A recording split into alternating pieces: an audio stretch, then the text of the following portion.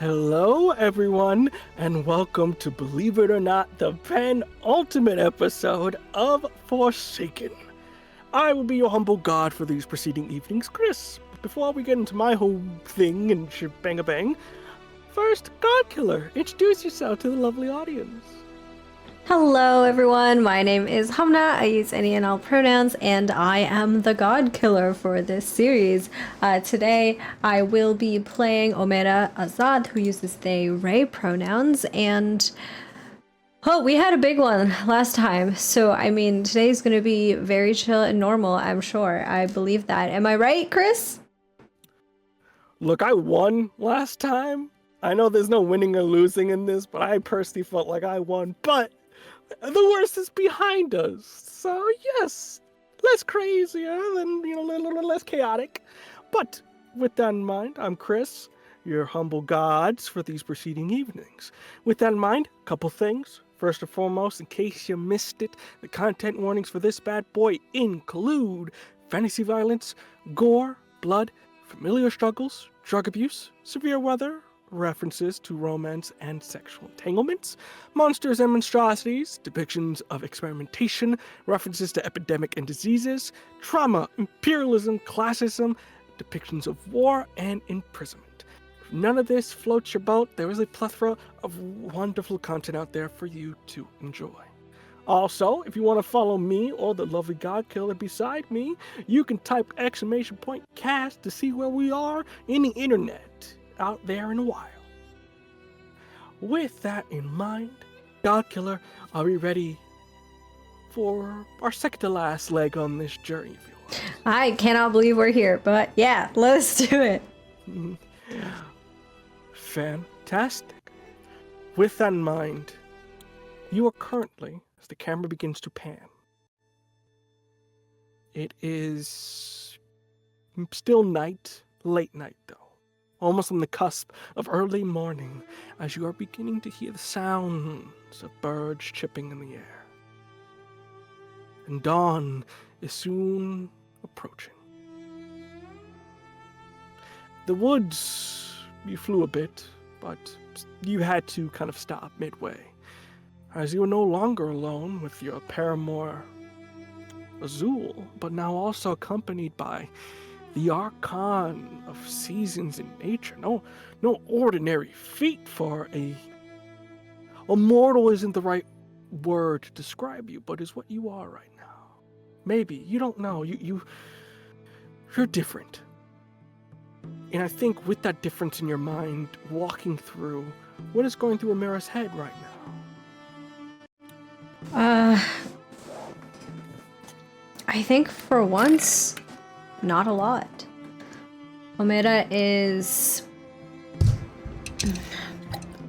has been processing everything that they have experienced within the Familial forest for the past day. And throughout this entire travel, Omera has been rather quiet. Not in a negative or emotional way. It's not born out of a fear or anger or anxiety or anything like that. Omera is just different now, has a lot to think about later, has a lot to do later. And so I think right now is just sort of taking this time as a space of peace to calm and steady themselves before they know that they have to go into this powder keg of a situation.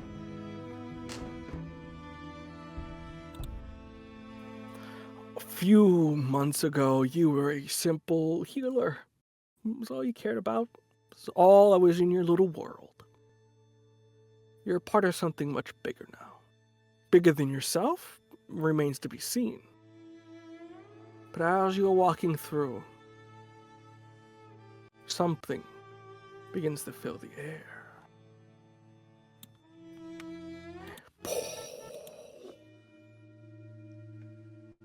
Smoke beginning to rise up, similar in nature to if a forest fire was started.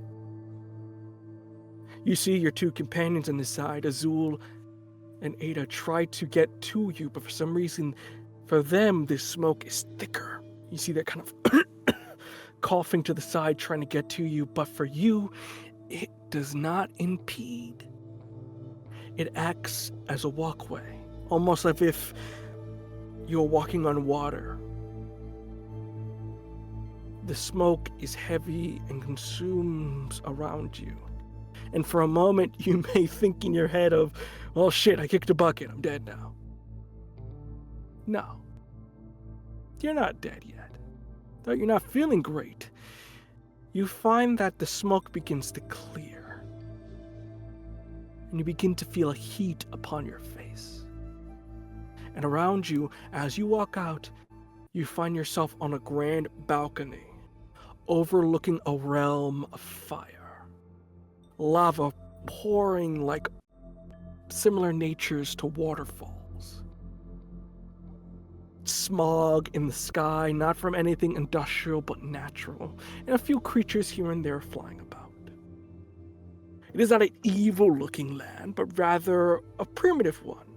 A land that is in infancy, something that is terraforming itself. That does not interest you, none of that does. It is the sound you hear from the right side of your ear. Tum, tum, tum. As an item is being made in a great forge, bigger than any building you have seen. As you see in the middle of it, with an apron on, working on it as best they can. That devious little bastard, Daros, is working his magics on another item. He is called the Archon of the Forge for a reason. What do you do in this instance as this material is being worked into something fashionable? Omera stops in rare tracks as soon as they start hearing the tinking of metal on metal. That is Daros working at the forge. And turns their head towards the sound, sees Daros, and says, I suppose this is your doing then. You see a pair of wielder goggles on his eyes, that he kind of looks back at you with a gleaming smile of his. Well, I'm glad you made it through the fog okay. Welcome to my domain, my little home away from home. I greet you, Godkiller. Where exactly is this? I don't think I've ever heard of a place within the Empire that looks like this. Well, not in the Empire, sweet thing. We're in a little plane of fire of my own. Some of us higher folk with enough power can make these little pocket mansions of ours, where we can craft it to our desire. Mine is ultimately just fire from our forge. Omera walks closer towards Daros until they are like just in front of the forge that Daros is working on, and they will look down to see like what is it that Daros is making right now. It's hard to tell because it's very much in that molding process. You see that currently he has a mold ready to go and is currently pouring this sort of iron-like viscous into it, almost like in the sense of like that forbidden jello kind of energy as it goes into it, pouring in. You see he goes, no peeking yet, Godkiller, it's a surprise. Now, if you be so kind, take a seat, take a load off, relax. As you see, snaps his finger and a table begins to form. Tea still your thing, or do you want something stronger? Omera will take a seat at this forming table and will kind of shrug and say, I suppose it couldn't hurt for something stronger, though what exactly does that entail in a domain of fire? Don't worry, little head now. Ain't gonna make you pour hot lava down that throat of yours. just a little bit of my favorites. You see, he kind of pulls into one of the nearby like pocket vats of like these sort of boiling cauldrons, and pulling out of it, you see what looks like to be just a regular bottle of whiskey. You can see it's from Alton, from just packaging of all that. As you see, he uncorks it and gets 2 glasses nearby as he begins to pour. Tosses one off to you. You never show up without some sort of request or demand or something. So, and Omera takes the glass and just kind of like swirls it around in their hand. What do you want? You think of me too harsh. I never really had a demand when it came to you, or cruel. I care about you. You do have my blessing that you so often use. Only because I have been deemed useful to you for your own ends. Let's not pretend this is altruistic on your part. My.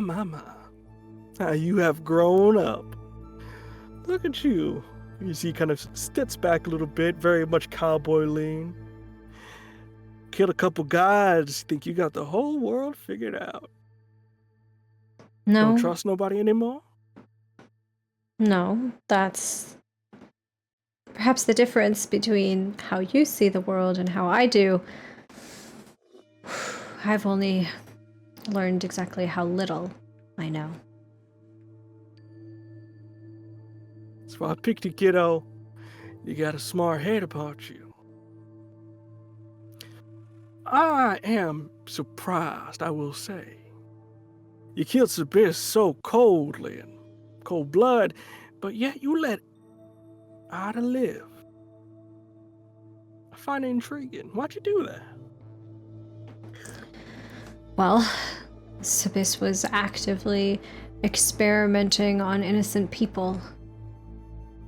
Not exactly someone who was going to repent or be remorseful for what they were doing. But yet, wasn't he trying to save people up top? If I'm not mistaken, your little boyfriend of yours almost collapsed a building full of innocent people. Well, in a state that he does regret. Sure, Sabis might have been trying to save the lives of the people in the tower, and ultimately those lives were saved. I will give him that.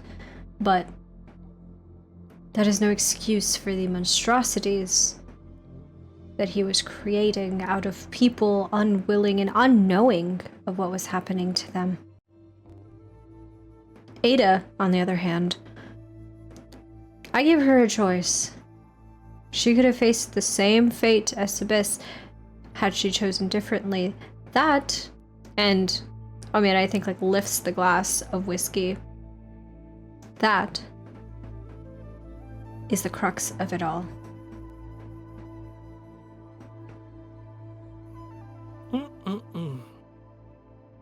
How godly of you, demanding who seeks justice, who gets mercy.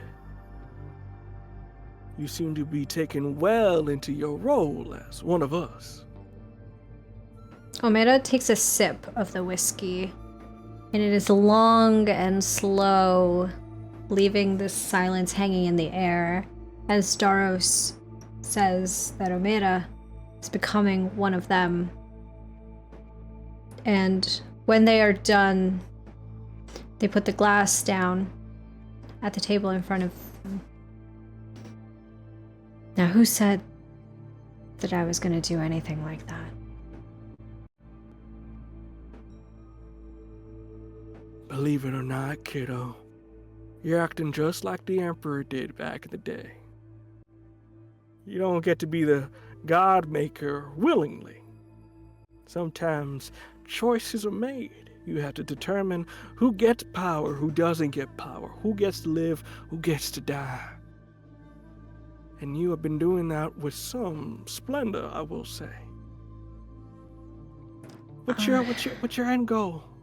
We're hoping for a pretty tomorrow, holding both arms in embraces, maybe little snuggles, with your partners to be. Perhaps the difference between Anir and myself is that I don't tout to be the leader of whatever. This is bigger than me, and I know that. I am only one piece of the puzzle, and Anir thinks himself the entire puzzle. So, whatever stories he might want to tell about being forced into a choice, forced into being an emperor, into being the god maker, sacrificing all of those lives to give himself and you all the power that you hold. The difference is, I don't get to make that decision by myself.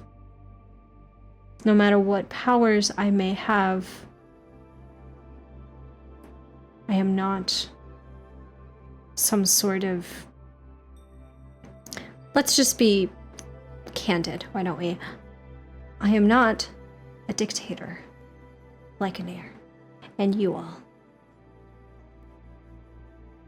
Dictator in your eyes, liberators in ours.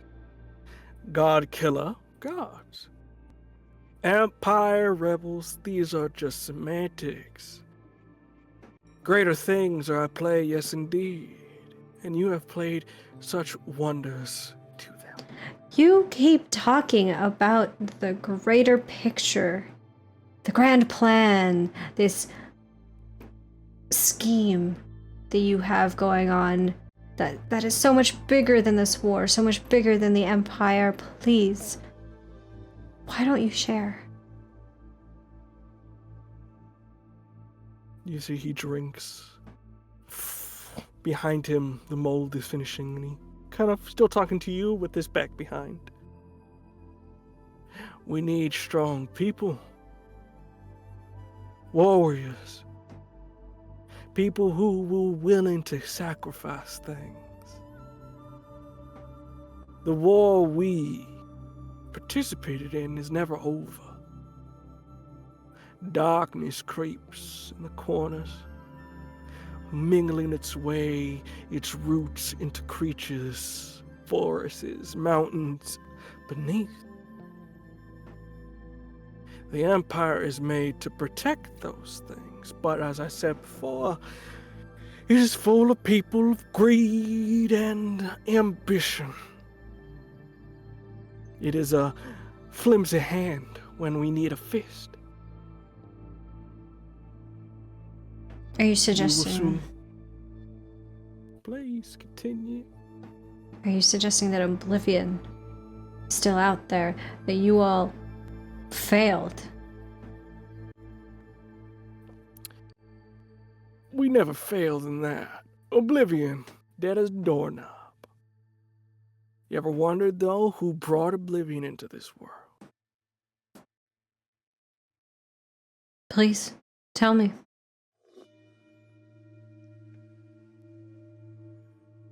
Well, I don't want to get ahead of myself. Well, you know, Daros, perhaps it's your fiery whiskey, perhaps it's the things that I've seen at this point, but that just isn't gonna cut it for me. So, I mean, you said yourself, the Empire is in need of soldiers, warriors who are willing to sacrifice things for the greater good, for the benefit of all. So why don't we play a little game? A game of sacrifice. I'm intrigued. What's on the table? And quite literally on the table, Omera is going to lay out that shawl that they had gotten from the Archon of Fate, and is going to quickly search through the different threads for their own, which is this purple fraying short thing dying, and is going to find Daros's. which I'm sure is much longer, strong, holding on. And will kind of like hold them up, the two threads. I've learned that information is quite the currency in all of the entanglements, the machinations of the Empire, so I don't expect you to give me information for free, and I don't intend to give it to you for free either, so. Sacrifice.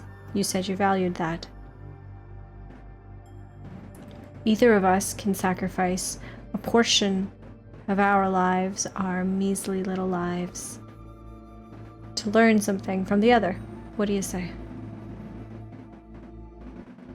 Well, fate and me aren't exactly friends. So I say, why not? I'm gonna piss it off anyway. Okay. And Omera, like, conjures up a pair of scissors and puts that in the middle of the table between themselves and Aros. A coin is put on the table. Heads or tails? Heads. Ooh, baby. As you see, it begins to go up in the sky. He grabs it, puts it on the table, not showing it yet, and he goes, "Is that your final answer?" Yes.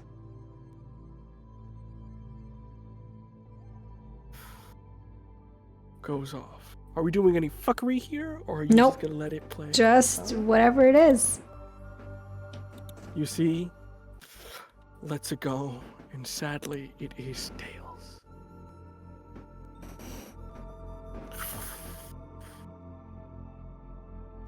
You know, with all that shawl and whatnot, thought you'd be a little bit luckier. Didn't see this coming?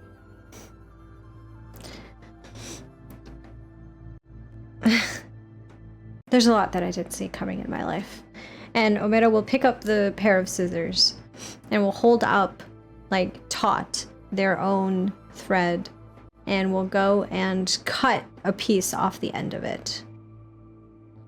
Think you go to cut it, and before your knife reaches it, you see he puts his finger in between, acting very much almost like metal stopping it. He goes, "Unlike you, I have mercy.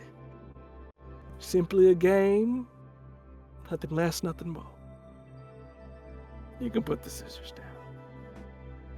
And Omera does and says, "You talk big. You don't follow through." You should tell my exes. You see, he proceeds to finish up what he's working on. I must say, I have created weapons of war, heroes of courage, but you're something different. You are something that will turn this empire on its fucking head. And I'm glad I was the father you never had. You were no father of mine.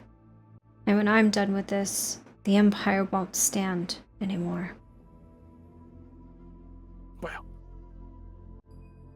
if you're gonna go fight an empire, you're gonna need weapons.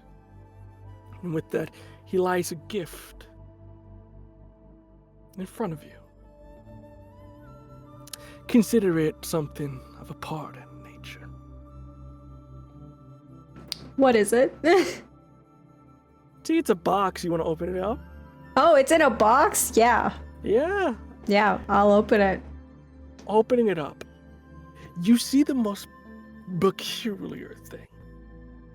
They're weapons, but not in the way most people would. You see it from your point of view and your vision, but you see what looks like to be the steel halves of iron hose. Almost like claws in your hand if you were to use them as weapons. To remind you, reap what you So. And Omera will wordlessly pick them up, both of them, one in each hand, and kind of like turn them over. Is there anything that I like feel about these weapons as I'm like handling them? You just feel attuned to it. You do notice that this would kill someone, yes, so they are practical weapons, but nothing of a magical nature. You notice that they are just simply gifts. Like your brother's sword to you, or something of that nature. It is mundane, but yet holds importance. Okay. Gotcha. And Omera will gently put them back into the box and kind of just close it. And look at Daros. Thank you for this, I suppose. And thank you for your company. May I escort you out? I wouldn't know the way, so... Extends his arm out for you to take. Omera will reluctantly take Daros's shitty little arm. And again, much taller, so he's very much he's very much trying to, very much the short person in this relationship here, as he walks you about. Oh yeah, I forgot how tall Omera was. You are NBA, very much. I forgot I made this bitch American 6'3". hoop. Why am I so tall? American hoop. Confirm. With that, as he escorts you out, one bit of advice as you see the door forming.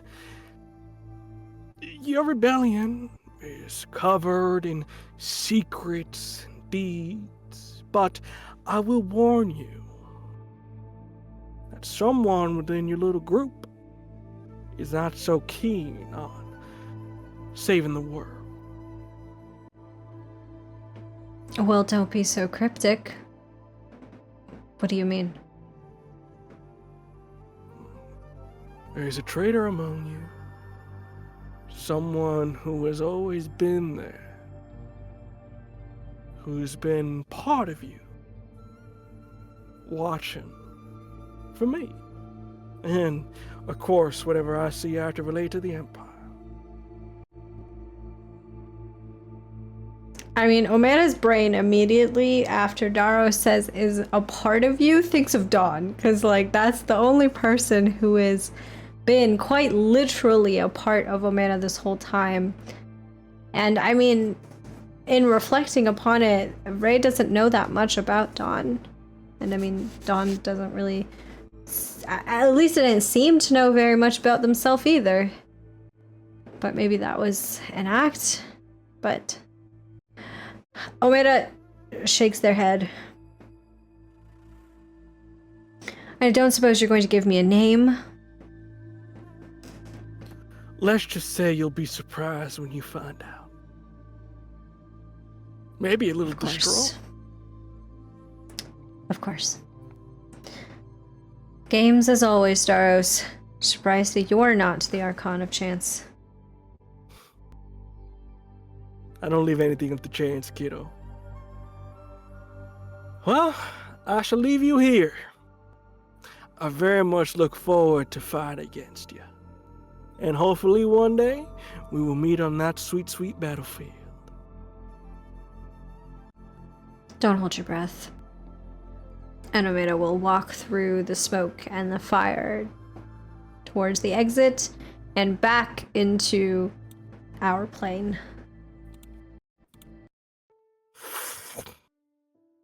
The smoke begins to clear in your mind. While a little bit kerfuffled, you find yourself kind of getting up as you see Ada and Azul looking over you. You see Azul's very much, hey, are you okay? And am I like standing when I come back? Like I'm like walked. You're kind of like on the ground. You kind of like passed out a little bit. Oh, so it's very okay. much, you were in a trance. Okay. I think now all of a sudden I've like materialized with a box as well. So there's like a box that I'm holding on to as I'm on the ground. And Omera like blinks a couple times as they come to Azul. Yeah, that's me. And you see Ada.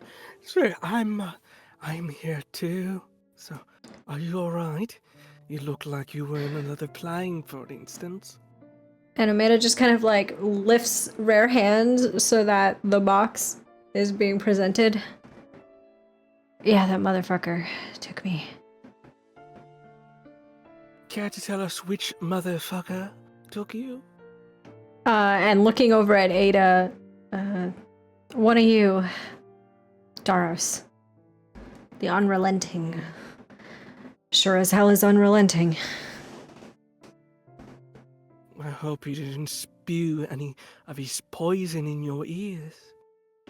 Actually, Azul, I don't know how much I trust them, but Daros gave a warning that somebody in our group is a traitor,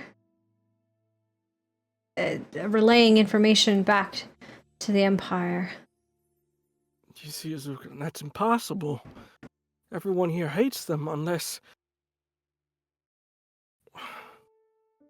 I don't want to be that gal, but... you don't think... And Omera's just like... Aiden? Maybe? I mean... not to be... well, a dick. He was consumed by the usage of drugs, which sometimes leads to decisions. Maybe he doesn't hate him. I mean, he was part of a royal household. Maybe he's trying to get favor back. Maybe it's a lie. The Empire killed his entire family. I mean, he grew up as a child in a war-torn area. He's been so adamantly against the Empire and everything that it stands for this entire time. I would be... I don't think so, Azul. Just say it, maybe. She was a pirate. She's also part of the Jaws of Johanna, so maybe. Maybe so. But then if that's the case, and there's somebody that's a traitor, they're all in the same place. Isn't that a little dangerous? And Omera at this like shoots up, like sits up, and like this like box is like jostled. Is like, shit, they're all meeting right now, which means you're right. We have to go. We have to go. We have to go right now. Yeah, okay. You see, are you carrying the box, or is one of us piggybacking? What's in the box? That's the other question. Hose. And Omera like runs. Starts running. And just kind of walks up as you all begin to run through the woods here. As you do. It's about morning at this time. Doing so, you run through the thick of the woods, and you see, as you approach, getting out of it, this magnificent old ruined citadel that spans the entirety of this section of the forest. The building itself is made of this obsidian black stone that sits and shines among the vegetation and damage, as there are various holes in these walls. It is clear that some battle here happened, or some sort of large battle, as there is damage here, as this once great citadel was breached. Low on the ground, though, you can see there's a little bit more vegetation from various engines of wars that are there, destroyed or just left behind, tents that were broken down and never taken, buildings that were destroyed and left there as remnants, weapons and pieces of ships that never made it out. A graveyard of a last stand. Above your head in the clouds, you can see various airships belonging to the various cells that are here.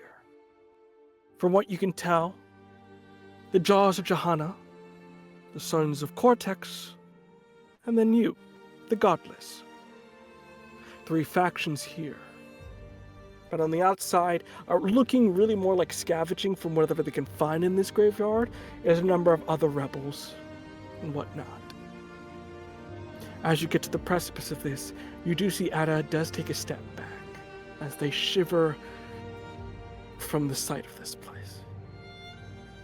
So much so that you are like going ahead and you have to stop yourself before you see that they kind of have stopped moving. Ada?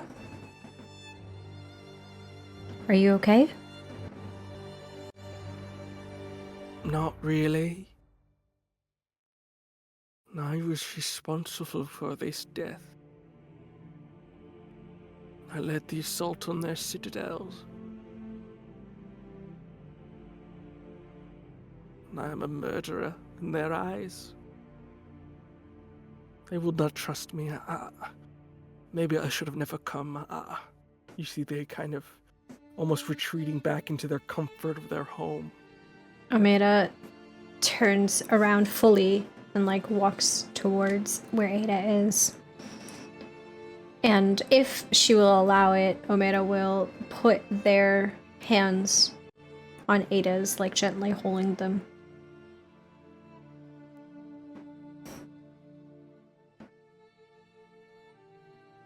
You did this, and it is important for you to face that. Face what you did. It does not do to hide away in your forest, away from the consequences of your actions on others, on their lives, on their families. If you were serious about wanting to make amends for everything that you and the Archons have done, this is an important part of that. You need to look those people in the eyes, and you're right, they won't trust you. But you need to look them in the eyes, and you need to do everything that you can to make up for their pain. That is your responsibility. Consider this the winter. In order for spring to come, you have to lay down those seeds.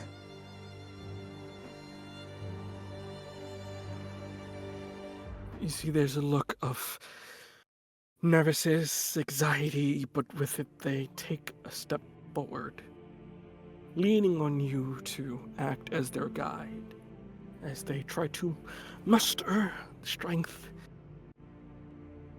to walk forward.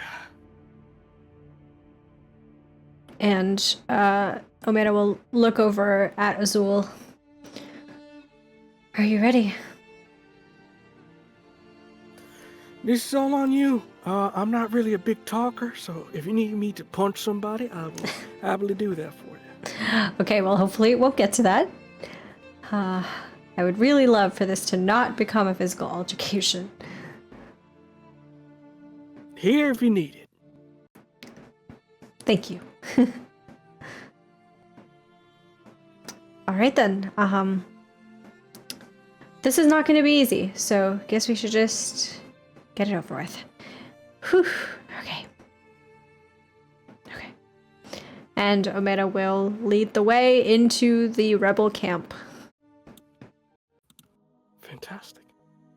You'll make your way into the grand halls of this place. You see somebody tells you, kind of asking around during camp, of where can I find yada yada yadas, and you can see they're all meeting upstairs.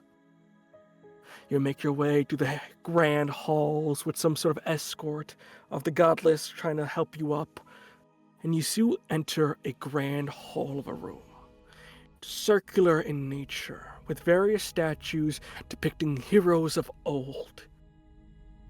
But it's hard to see who it is. They must have been great legends, but time has not been kind to their statues, and, well, heroes don't last. Do you notice that this place they're meeting in It's not any kind of living room or reception. It is a mausoleum. Heroes, people who sacrificed their lives for whether it be this land or the cause before, are all buried here. As the lights in here, acting as the only source of light in this room, is in remembrance rather than for visibility. As you walk in, you see a number of people here. Aiden is in the front trying to lead the conversation. Next to him, Josiah. You see, representing the Sons of Cortex, the Smiths, dedicated to the art of crafting. Land by Sunzura is on the right. And to the left, you see Rao, leaders of the Jaws of Johanna, the person that killed your parents. On the left. As they oversee a map of the entirety of the region. But before you're able to get a word out, before you're able to get a sense of your bearings, you see Rao. Even though he is blindfolded, looks directly in your direction, looking past you towards Ada. And in a shadow step, as you see he takes a step, puff of smoke, he goes up to Ada's neck with a knife along it. As he approaches you and goes, God Killer, I thank you for this. You give us a sacrifice for this great union of ours. It will be my pleasure to slit their throat. And perhaps as a surprise to Rao, Omera will, take one step towards them and Ada, and will very firmly but calmly grab Rao by the wrist that is holding the knife and pull back and just hold it there. She is not a gift, not in that way. Are you in need of medical attention? I'm sure you will think so. I'm sure you will all think so. And Omera kind of addresses the entire hall at this point and lets go of Rao's wrist and away in the direction away from Ada. So directing him away. And at this point we'll address Rao and everybody else, all of the rebels that are here, the leaders, the different rankings within each faction. Firstly, hi, I'm Pac. Okay. There is not really an easy way to go about this. I'm sure you all feel confused, perhaps betrayed, perhaps elated like Rao at the arrival of an Archon within our midst. I want to assure you, first and foremost, that this is not a betrayal. Ada is not here on behalf of the Empire, is not here to crush the rebellion. She is here to make amends. Now, whether or not you believe that is something that you can take up with yourselves. However, I have given Ada a choice. The Guardian knows that her life is contingent on her ability to make up for everything that she and the Archons have done. Her participation in this rebellion. Consider it an apology. She cannot bring back the lives of the people that you have lost, but she can sure as hell make sure that nobody else dies. You see Rao laughing, very much of this, are you serious, kind of, as you just see him go. You see what I mean. They pretend to be this loyal dog to our cause, but yet they're sparing gods. Call them the God Sparer instead of the God Killer, but clearly, I think our little witch here still has empathy for the Empire. You see Aiden go, Rao, that is a big conclusion you're jumping to. Omera will grab Rao's wrist again, the one that has the dagger, and instead will pull it up to their own, like his own throat. I think you have me mistaken. I don't pretend to be a loyal dog for anyone, you or the Empire. I suggest you reevaluate my position in all of this. And without letting go of Rao's wrist this time, is going to say to everybody, yes, I have spared some of the gods that I have come across. I have not killed them all. And I believe that that is important here. We, as people who are fighting for something different than this empire, cannot go around wantonly killing with reckless abandon. That is not a better world. That we have to be discerning. We have to consider who is unwilling to allow for the creation of something better, and who may have seen the error of their ways. If we were not discerning, I would not be here. I would not be standing here amongst you all at this point. I would have been killed by one of you long ago.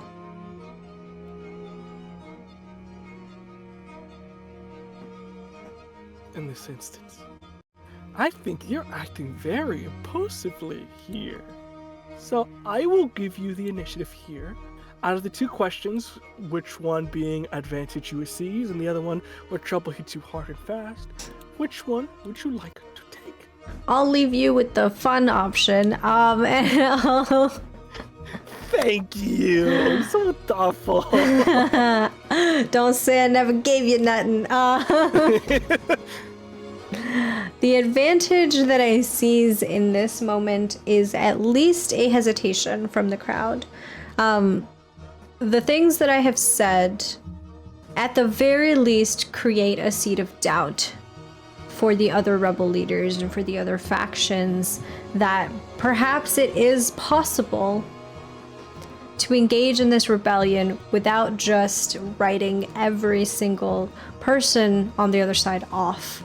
Perhaps there is a way that we can bolster our numbers by showing people, by giving them a chance to understand and acknowledge the error of their ways. It is just enough of a hesitation that, at the very least, not everybody is immediately jumping to kill Ada or myself, or quite frankly, Azul, who, if we remember, was head of the Onyx Guard before all of this, and counts in this category of, you know, Empire people. What trouble hits you hard and fast? You see, Rao very much shrugs off, going back to his seat. You see Aiden on the side, very much of like that dad of like, I'm getting too old for this shit energy. And goes, it is strange times we find ourselves in, gentlemen. Omera, and I can't believe I'm saying this, Ada, if you'd be so kind to take a seat. And we do. As I was saying before that happened, I have gathered us all here to decide our future. We all are individuals of highly skilled natures. We all have our strengths, our secrets. Sons, you are good at crafting and know the routes under the mountains. Jaws, you are very good at stealth, operations, covert. We have the numbers, especially with the addition of the Scorching Legion. And of course, we have the God Killer, who is able to deal with the more monumental threats. What we have before us is an opportunity. You see Rao go, yes, an opportunity, but for who? You think I want to work with the scum that killed my family and friends one by one for the oppressive emperor? I'd rather choke on wine than work with an archon. You see, archon pops up. And I would rather work with someone of a kinder nature than those who pluck their eyes out for a goddess who is dead. You see, Eden takes control of the room. You snicker like children. Enough. As you can see, while we are skilled, we have very different ideologies. But if we want to make a difference, if we want to fight, if we want to liberate this land from the stain that is the Empire, we need to work together. As much as it may hurt us, as he looks over to Rao, and as much as it may weird us out, looks over to Ada. If we do it alone, we will die like the last set of us. Which is why I am suggesting we form an official alliance between us, and that one of us leads that alliance. We will all still have a say in what happens, but we need a figurehead. Because last time we didn't, and last time it didn't work. You see, Sunzor kind of goes, I agree.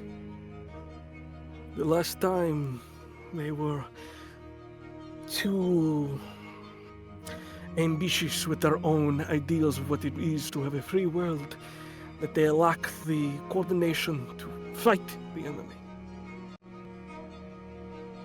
We do need a leader, but it will be complicated. We must vote for it. I agree, says Rao. But if we are making agreements, there has to be rules, groundworks, and objections brought to the table. You see Jasea, now what do you have to say? Now, what, another tantrum? No. I have 2 objections in the room, 2 conducts I would like to clarify. Make them known, says Aiden. First off, that points over to you, Omera. They cannot lead us. You see Aiden go, and why not?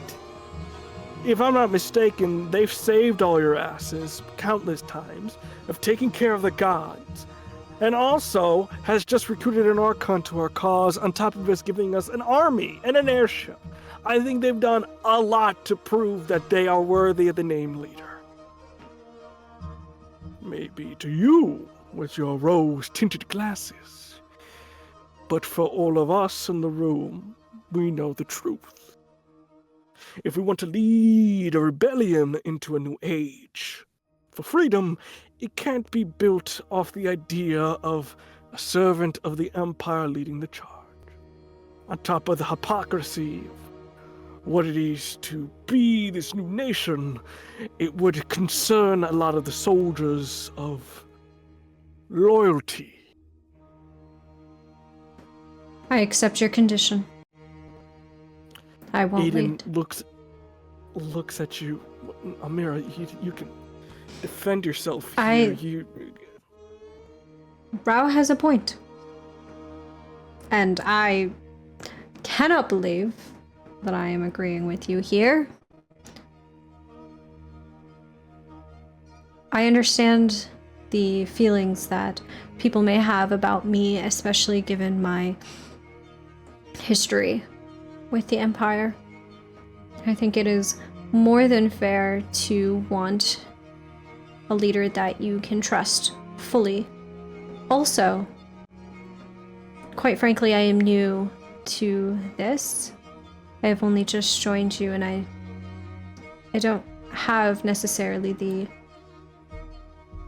experience to lead all of you. I do not know all of you well enough, I think, to adequately and appropriately represent everybody's needs.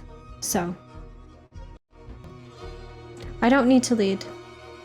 I am still here, and I will still fight alongside all of you. But it doesn't have to be me. We're in agreement. As you can see, Aiden. So I propose we move forward with that notion. You see, Sensor, I will agree on that. The Shale looks to Aiden, and Aiden looks to you, giving you a look of, are you sure? And Omera, like, nods silently back at Aiden. Then, it is agreed. Though they will not be our leader, they will have a say. That I'm not budging on. Fair enough. You cannot call the jaws of Johanna not gracious. Press X to The second doubt. item. With that, the second item is you, Aiden. I know you want to put yourself in the running, but there is areas of concern. You tried to lead us once before, and you have a complicated history with addiction, and you are dying. That doesn't necessarily make a good quality for a leader, as we would have to choose one later.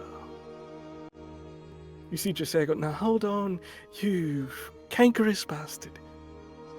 He has done more for this rebellion, has sacrificed more than any of us. And yet he is paying the price boldly. He will die soon. What is the point of having a leader for, 3 weeks? And if he doesn't die? Quite frankly, I think that all of the other things are irrelevant to Aiden's ability to lead. And Omera will stand up at this point from whatever side, kind of like chair, table, whatever that they were sitting in. And Ray will walk over towards where Aiden is, along with the other leaders of the different factions. And will pull out from their bag, from their satchel, the cure that they had acquired. And will put it in front of Aiden. This is what I went to the Familial Forest for. It will guarantee Aiden's life. Aiden is in the running. As you do say that, a bit of blood begins to come pouring from your nose, ever so slightly, as you see Aiden is just very gestures to you. Everyone takes note of that strange occurrence and kind of goes, yes. And how do we know this cure will work? It will. All you have to do is just wait and see. Well, we're full of surprises today, aren't we? Cures and outcomes and noble decisions. Well, no one can say that I don't pull my weight.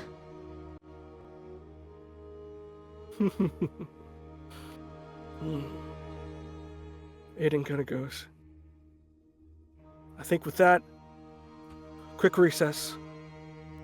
Make your decisions and we'll meet back in a couple minutes. Go on. Make your decisions. With that, the room breaks off slightly as everybody kind of goes off to their things, and with that, Aiden takes the vial, takes you, and tries to go into a corner that is private for the both of you. What the hell? A lot happened in that forest. A lot? This is a fuck ton. Forgive my language, but this is a lot. When have you ever apologized for swearing? It's a lot. Yes, it's a lot. It's a lot. I know. But I mean, if we're trying to topple the Empire and trying to create something better than what we've known, I mean, it's gonna be a lot, right? It's gonna be a lot. So, and Omera will like push the like vial, which is in Aiden's hand. I assume it's just like towards himself, You should probably take that very soon. But you are, and he kind of pushes it back towards you. You're dying. I may have a brain in this operation, but you have the power to deal with them. I will figure it out. I have figured it out. I'm a healer, after all. That's what I do. So, let me, and Omera will push the vial back towards Aiden. Let me do my job and heal Aiden. I will figure it out.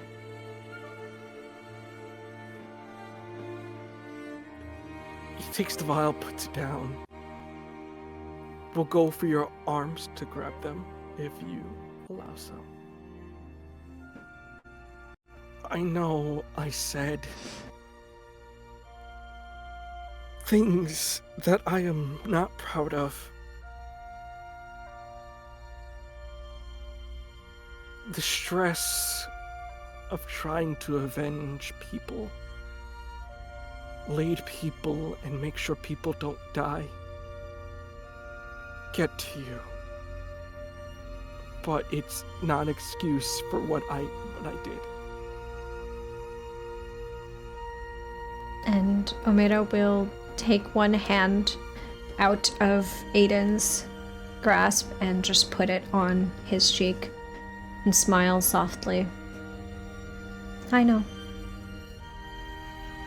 You have so much on your shoulders. A lot of responsibility. And I think that you shouldn't have to take all of that on. And I'm glad that you can see that as well. So thank you.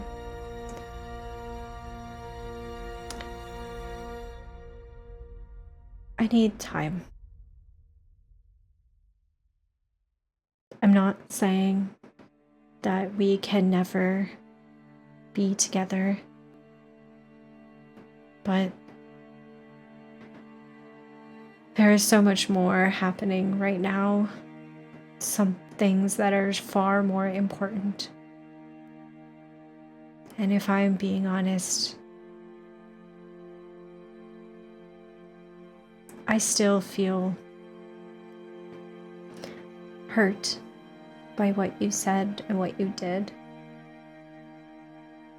I don't blame you for it necessarily, but I need time.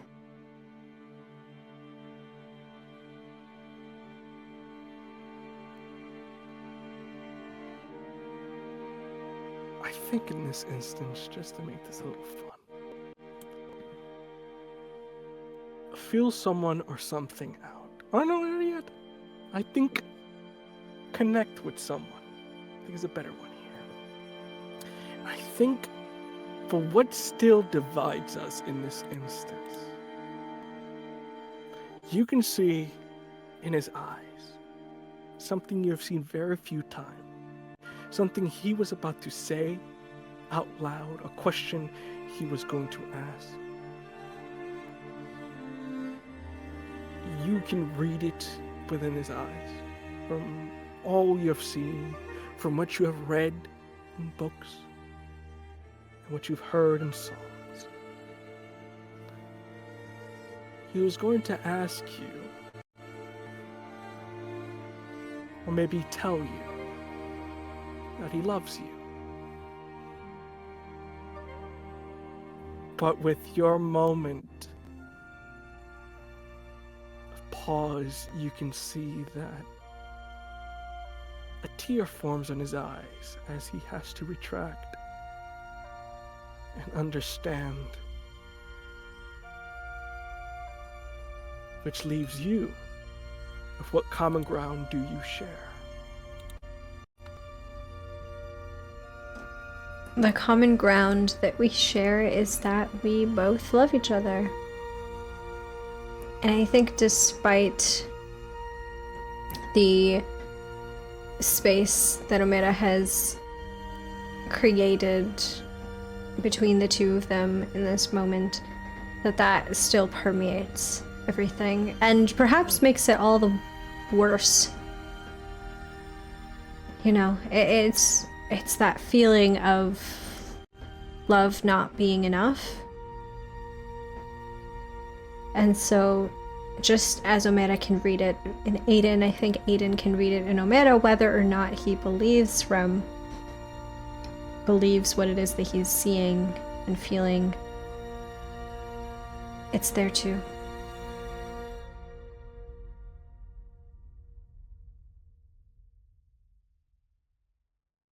Looks at you. Sees this cure. Opens it and looks at you one last time. Are you sure this is okay? I wouldn't have given it to you if it wasn't.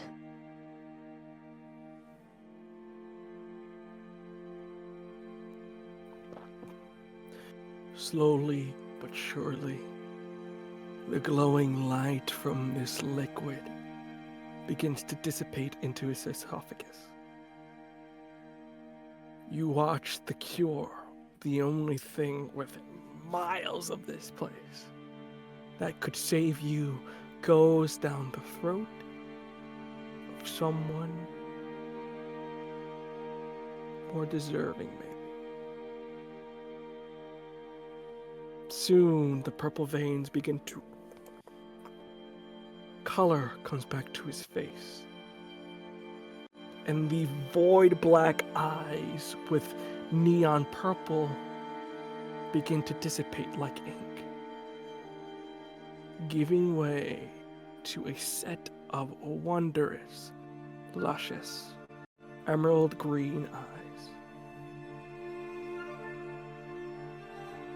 As he is healed. Body, yes. Soul, a bit more time. He's able to stand on two without his cane or his mobility aid. And I think in this moment just gives you a hug. Not romantically, but more of a gesture of a thank you. For you are one of the few people in his life that has gave him comfort. A friend. And in that hug, Omera is going to reciprocate and just say to Aiden, this doesn't fix everything. This makes it so that you're not dying anymore, but everything else is still going to be a struggle. Just don't let other people make you feel bad for that struggle, okay?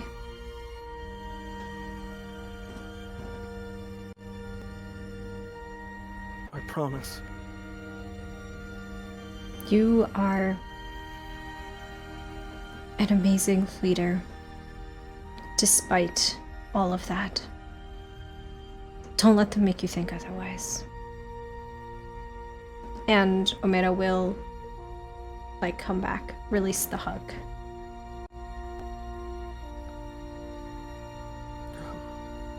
Let's go. Get that vote. And with that begins to walk back into the room. Do you follow suit?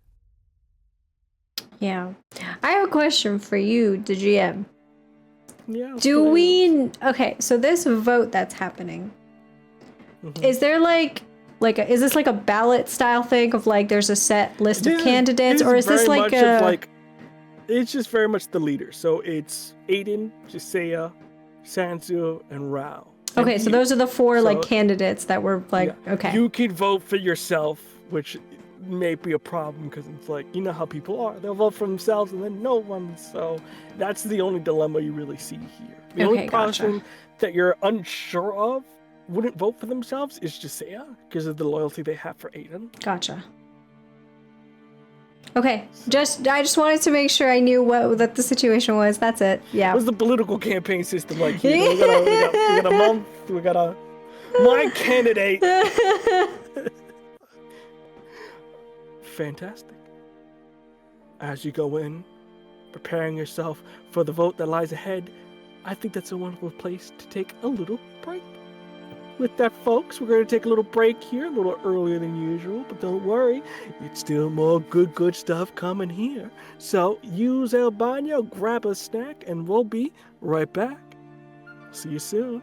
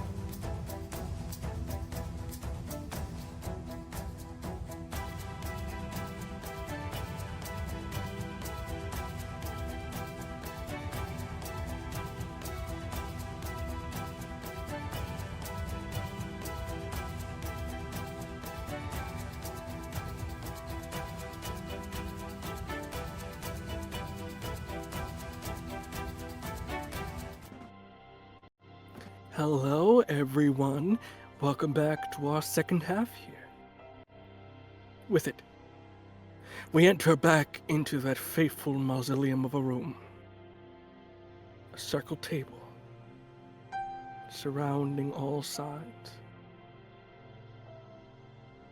Each of these leaders looking intensely at each other, as Aiden, full to the brim of health. It's time we decided who would lead us. Censor?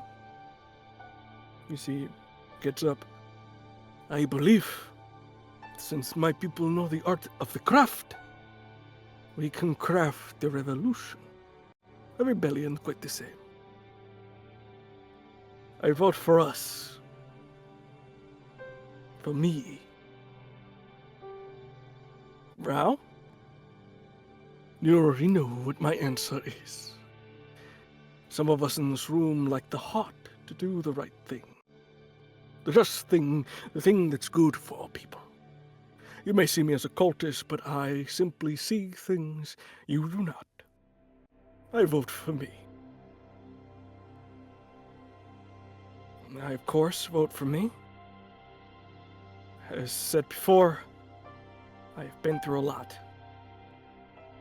I have learned the meaning of what it means to be a leader. And to learn from my mistakes. From the people that I have worked with. I vote for me. Josiah kind of looks towards you, Omera, and kind of goes, for these purposes here, I abstain. The last thing I need is any of you fucks blaming me. And I guess that leaves only one person in this room, then. As all eyes go on you, Omera. In this moment, what's going through your head as everybody is waiting on your word? Well, this is a little awkward.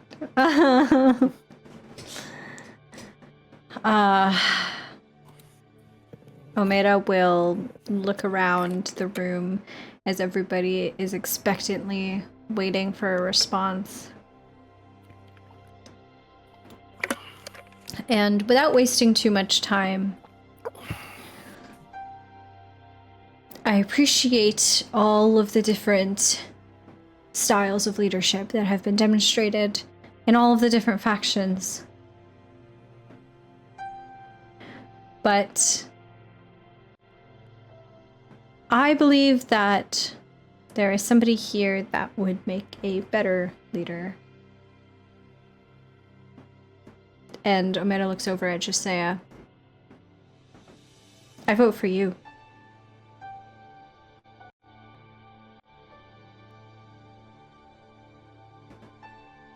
You're muted.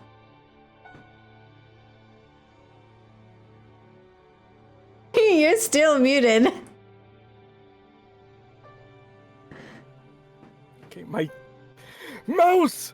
With that, there's a very much pause in the room. I'm sorry, excuse me? Aiden also gives of like, why? Omera turns to Aiden first. You said it yourself. The stress and the responsibility of all of this, it's gotten to you.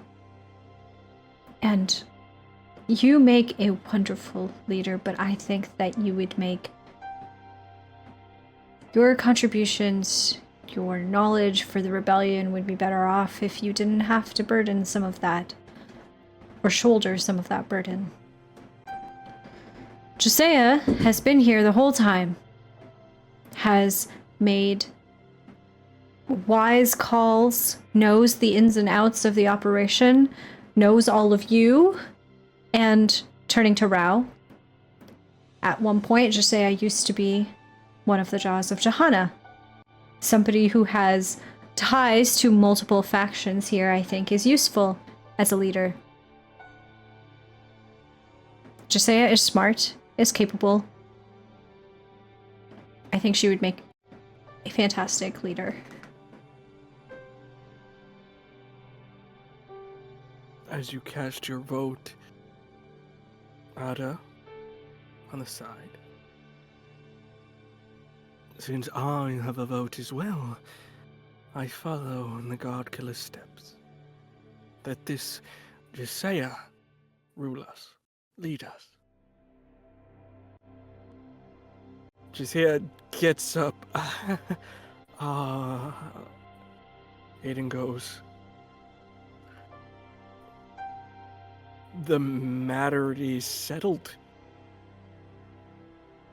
Josiah, you're our leader.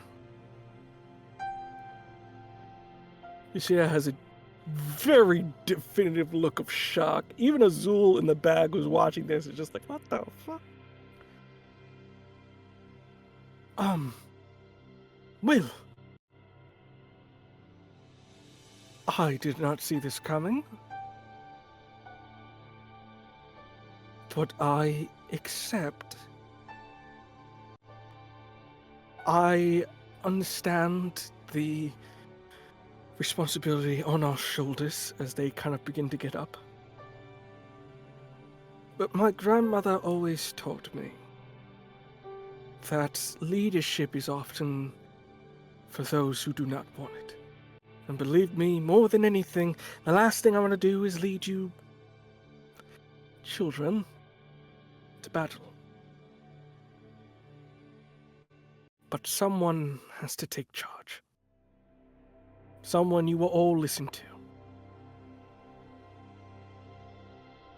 So it is with this day forward, as you see they pull out their weapon, which is that baton of a conductor's, and put it on the table. We no longer want individuals fighting. Cultists, worshipping, smiths forging, or god killers killing. We are one. We shall ever be forsaken. Rao gets up. Never liked religion. Forsaken we shall be. Sansar gets up. I agree to this as well. Forsaken. Ada appears. Forsaken. Aiden takes a pause, looking at you, looking back. Forsaken. And Omera joins. Walks over next to Josiah and smiles at her. There is no one that I would rather be following into whatever comes next. Forsaken we shall be. Good. Kind of everybody pockets their weapons. So, with that out of the way, the next thing is to attack Aeneas' spire. Not only will it send a message to everyone out there that we are not a force to fuck with, but also to rescue the rest of the people that are there, including those that were left behind for the melee attack and various other prisoners which can be useful to our cause. Now, before they finish, you hear various booms in the background. Boom, boom, boom, boom, boom. You see one of the soldiers comes in. We have multiple airships in the area, not ours. Empire's fucking found us. As this man says this, you see two portals form up, and coming out of it, you see not only Empire soldiers going in, but you also see what looks like to be individuals you've seen before. Individuals from Liss, as the Blood Tier Company is also here.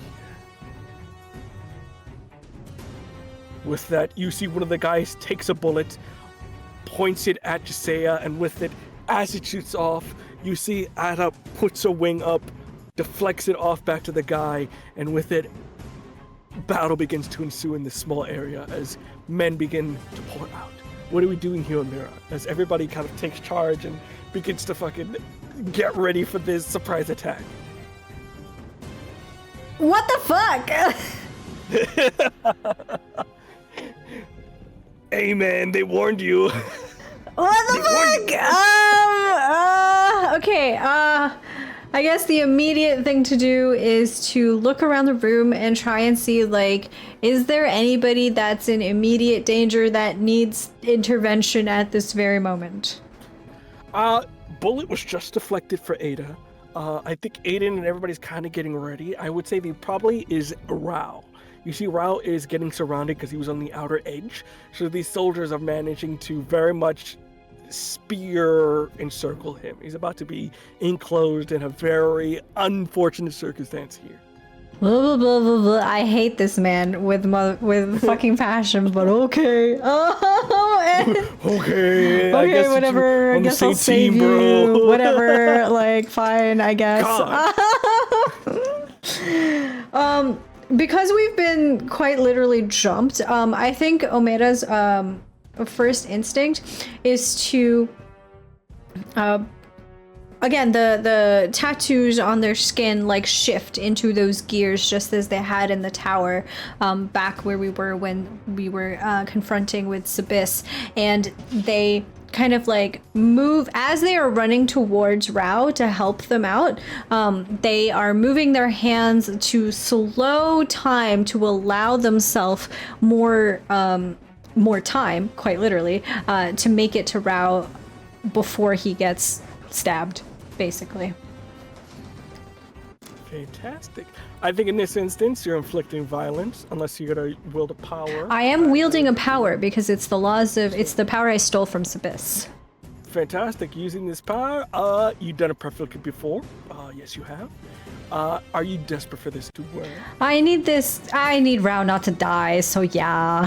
It would be kind of a bummer if one of the major faction leaders died here, so. I guess. God. And you're not close to the shrine or where you got this power from, so with that, you get a diddly-doo +2. All right, then. I got it. Oh, God. God damn it. I got a 6. Oh, howdy. Okay. So for this purposes here, I'll leave it up to you because it does say you suffer 2 strain instead to achieve the full effect. For this instance, you can suffer the 2 strain if you want to, or you can just let it be and just like. I can't suffer 2 strain because I'm at 3. And if I did that, I would be at max. But... Wait. Okay. What happens if I get to 5 strain? Let's clarify that first. If you suffer 5 strain. It's 2 instances here. One would be fucking hilarious if you chose, is that you explode as you die. I doubt that's the one you want to choose. I could be wrong. But the other one, which I think you're more likely to choose, is you roll 2d6. On a 7 to 9, you clear 1 strain, but also reveal 1 to your opponent as you sort of fight the strain. Either weakness or flaw, something you're sort of desperately desire, or your true hidden intentions. Okay. So that's kind of like the 7 to 9. A 10 means that you're able to clear all strain and you're just very much to power through it. And on a 6, you fall unconscious. Clear 1. Okay, well... And this is straight up. You know what? Let's do it for fun. I've never hit 5 strain in the game before, so whatever. You have, I think once before you did. No, lucky. I don't think so. You didn't? No. I thought you did. Okay. I got real close. I've gotten real close, like a lot. Okay. All right. So it's up to you. Let's see how. All right, let's do it. I suffer 2 strain to be able to achieve the full effect of my power. I'm at 5 strain. So I think in this is, let me describe this first before we roll that. With that, you're able to boom, boom, boom, boom, boom, slowing down time. You see that spears are about to be thrusted into him, and with that, you immediately push them all off to the side in such a wave and force that they as they all kind of get flung off. With that, Rao looks to you in this instance and goes, "Thank you very much. Now, let's all get out of here quickly." With that, as you're sort of backing up, you see Aiden and Azul fighting in the front. Aiden looks back to you, Omera, and goes, "Take the leaders, bring them back to the airship. We'll give you cover. We'll meet you up in a hot second." And I will wordlessly do as I'm told, and I will try and round up all of the leaders that aren't already making their way to the airship to try and get there. Fantastic. Grab everybody that you need to here as you slowly see the image of Azul and Aiden doing their best.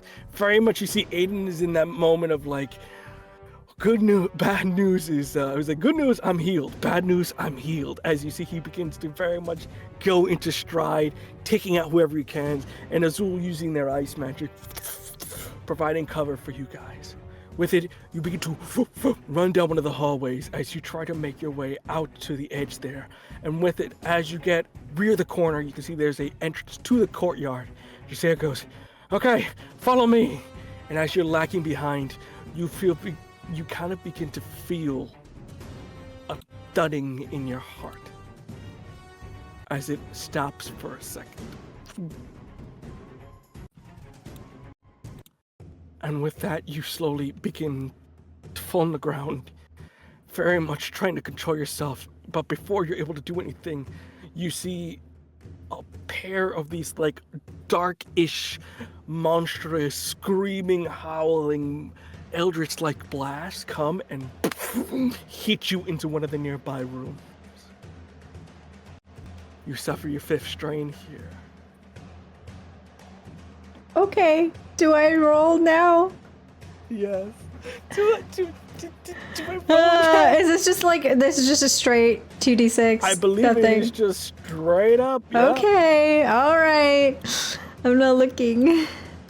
I'm not looking. Oh! Wait! Oh, okay! It's the noise. I got an 8! An 8. All right. So with that 8, you clear 1 strain, but also reveal 1. I'll leave it up to you. What do you? Okay. Which one do you wanna? Which one are we revealing here? You tell me what's going on through your head. Okay, which one do I want to reveal here?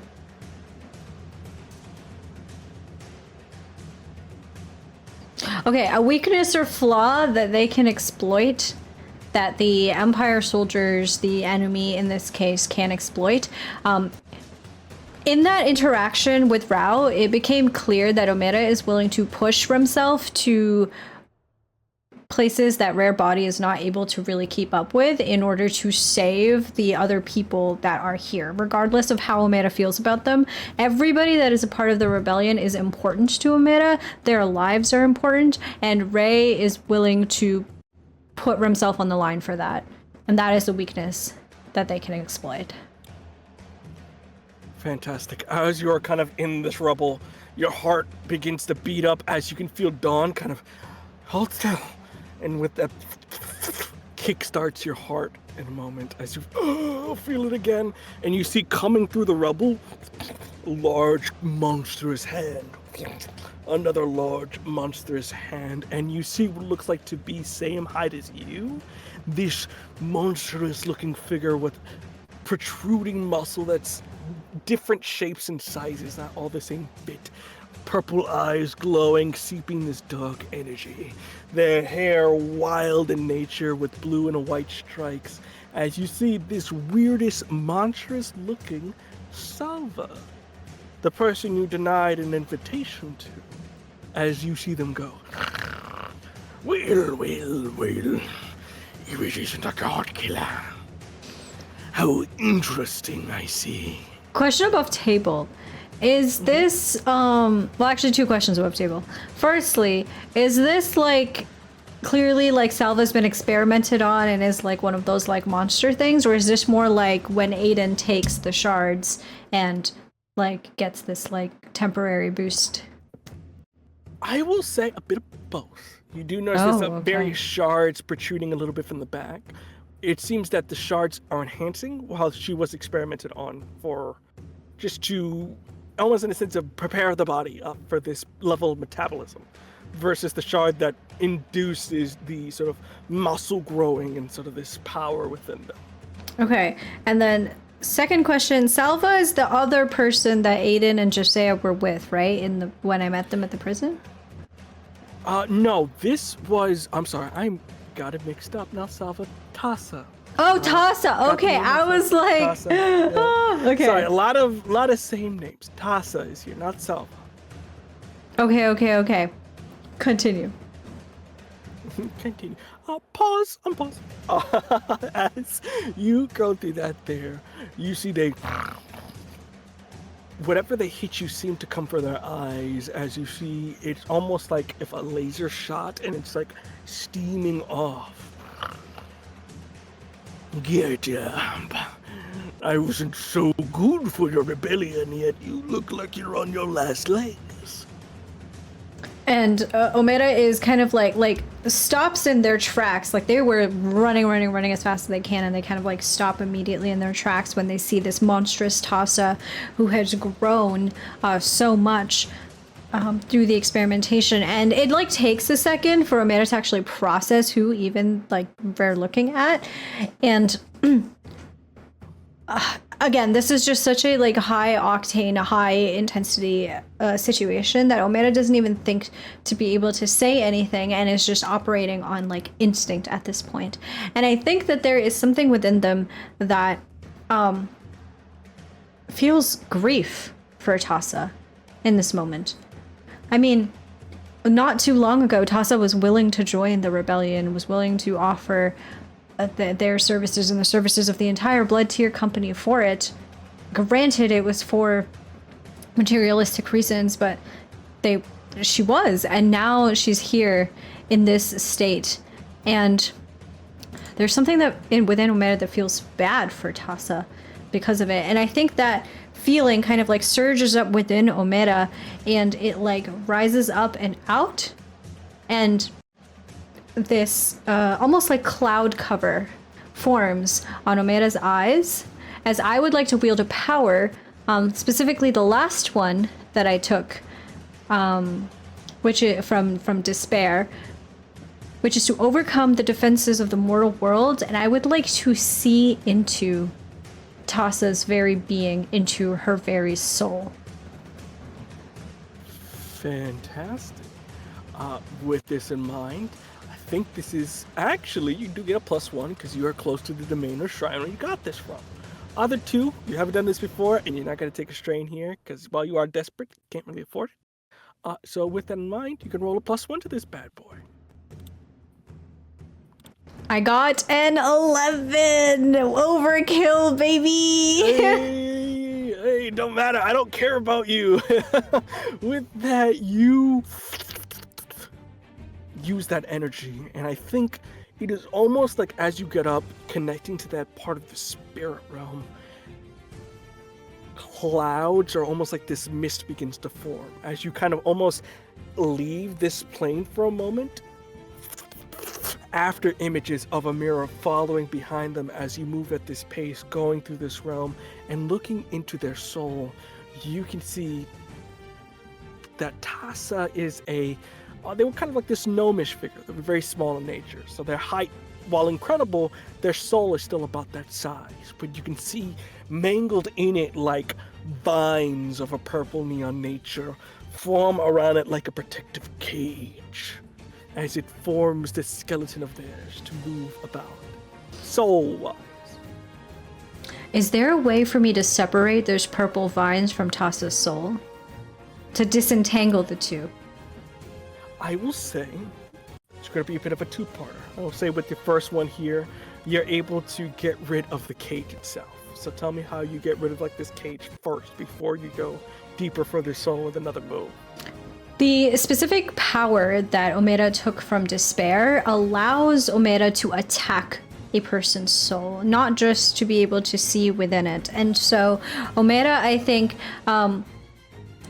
actually, thank you, Daros, will pull out the iron hose that they had been gifted by Daros and wields them and uses them to like snakes the prongs of the hose like into the cage and into sort of like the bars of it, and like pulls them outward and to snap these sort of like different purple entanglements, the threads, the bars, whatever you want to call them, from around Tassa's soul.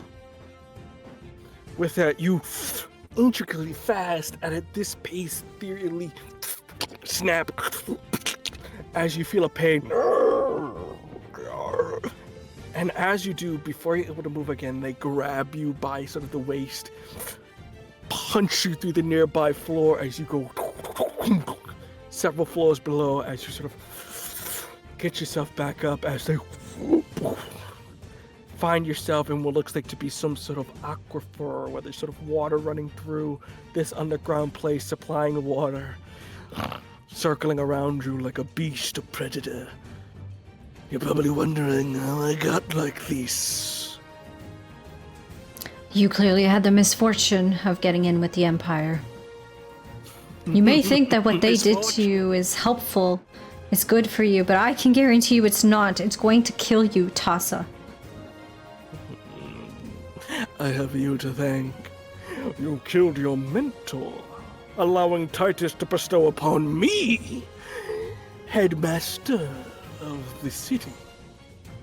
This is now my domain, and I will soon be a part of his pantheon. Titus has no domain over anything. He has no right to bestow you any title, any power. It's a farce. But yet you do, God Killer. Aren't you a little near? No, I have not given anybody titles or power or anything like that. That's the difference between me and Titus. I'm not trying to create a new pantheon. I'm trying to destroy the one that we have. Shame.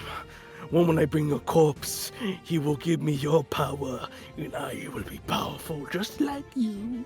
You will die before you even get there. Don't you see that? Is this what you want to die for? To be used for somebody else's game? I am the game.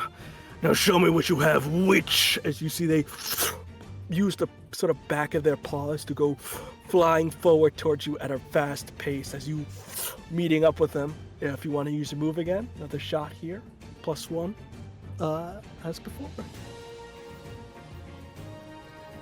Man! 12? I know they're overkill.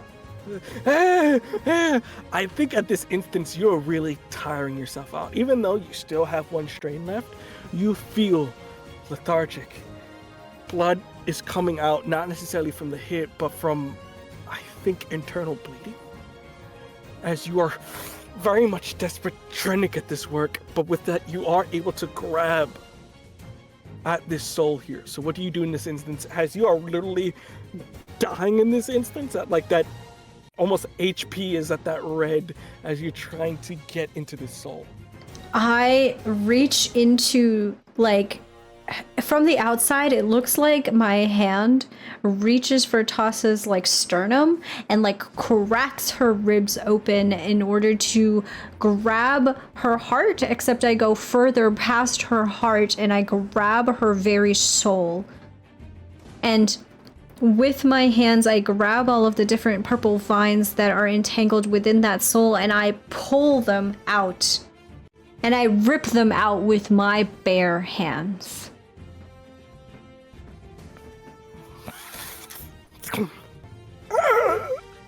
It is a festival of blood.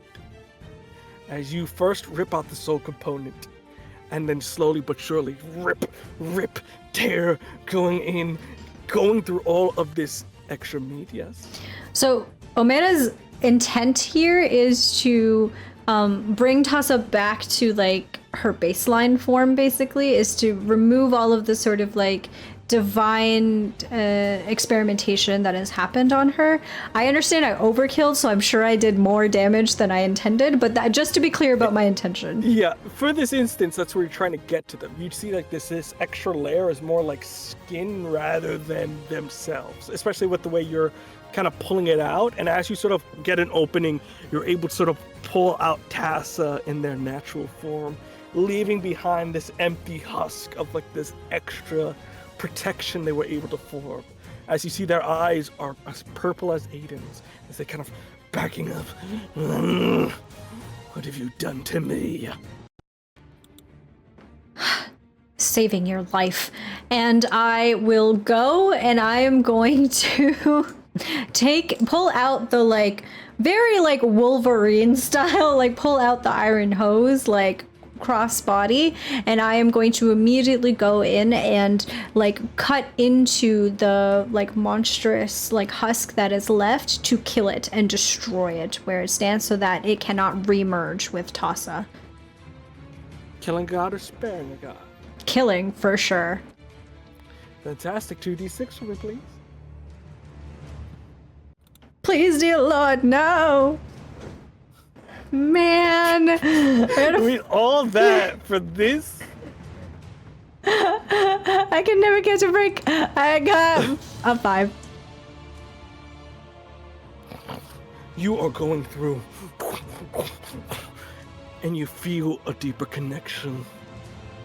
You feel its grasp on your soul as the words whisper in that familiar, dark, creeping language. Thou shalt not be free of oblivion's grasp on your soul. As you feel a curse begin to be bestowed upon you, as you see the metal begin to fully consume your left hand. I'm sorry, what? As you have this mix and mash of metal and skin, as it covers completely the entirety of your left arm and creeps slightly almost to your left side of your face. You can feel that also goes down more the left side, but in terms of visibility, it's what you see as the curse has accelerated twofold. I don't have time to process that in this moment right now. Omera, I think, just like whips around to Tassa, who is like left in her like mortal human actual form, and I think Omera, just in the adrenaline of everything that has happened and is reeling from just this new escalation in their condition, they run over and I think like grab Tassa by the shirt, and like she's very short, so it's just gonna like pull her up to my height. How are you here? How did you know to be here? I ain't telling you nothing. Without be revealed, but I highly suggest you get to your friends before they succumb to Titan's wrath. And I think getting very angry for a second, there's a moment in which it looks like Omera's not going to let Tassa go, but they take a moment. And instead they just like throw her to the ground, and they turn around and they start running towards the airship where everybody is supposed to be gathering. Fantastic. As you're running through, you see Dawn appears on your side. You did the right thing. Do you know what the hell is going on? Only as much as you. Okay, well, that's not a lot. So, and Omera's just gonna like keep running and try to see if we can find anybody from the rebellion at the airship. Also, I'm just gonna keep an eye out in case I see anyone that I like know. Like, what the hell's going on here? Walking outside, it is like anything you have seen before. Airships that were here to support are under fire from Imperial ones. You see that there are rebels fighting everywhere, every which way, being shot, fighting steel. As you see, the Icarus, the main airship you are in, is in a moment trying to get their engines ready, which is a bit concerning because not everybody is on it.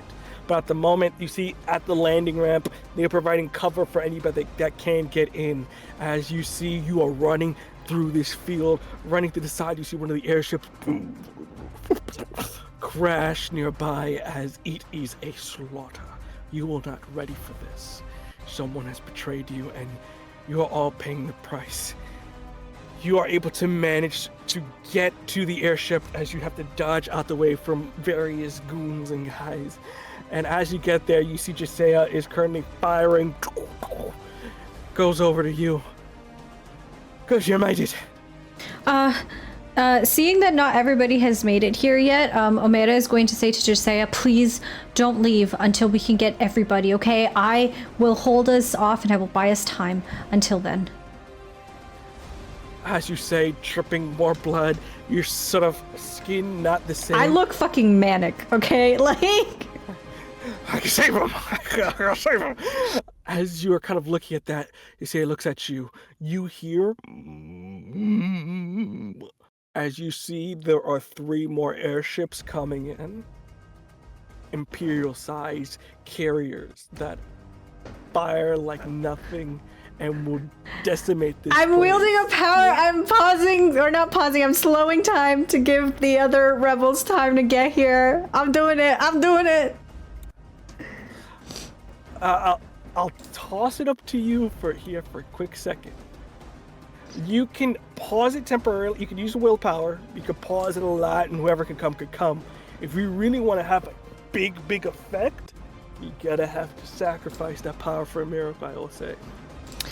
Fuck it, I'm gonna do it. I'm gonna manifest a miracle. I'm sacrificing the power to be able to do it. As long as I can get everybody, all of the rebels, onto the airship for this sacrifice.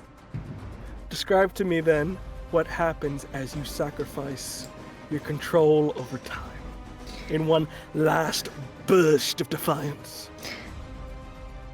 Not only do the tattoos on Omera's skin change into the gears of a clock, but there is this sound now that Omera is part metal, I guess. There is this sound of like clinking metal, like grating against itself. It is a cacophonous, terrible, awful sound. It is the sound of Omera's body breaking, quite literally breaking, as they hold time in this space and slow it down for an impossibly long time to allow for all of the rebels to come in. And I think the only person during this whole like scene, as we can see everything slowing down, that is not slowed is Omera. And you can see their body breaking down in real time.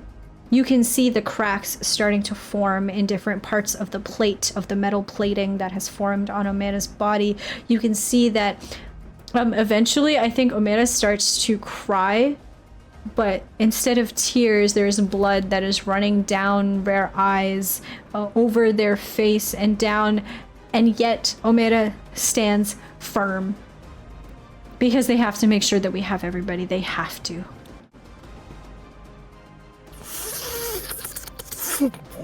You are holding your own, planting your feet sturdy on the ground. Magic pulsing from you, the metal beginning to overcome, now covering the entire left side of your body. Time slows down to a screeching halt as you are defying fate, magic and the laws of nature, giving everyone the time they need. So much so that Aiden and Azul, being carried by Ada on their back, managed to get here. And with it, they have to pry you from the ground as you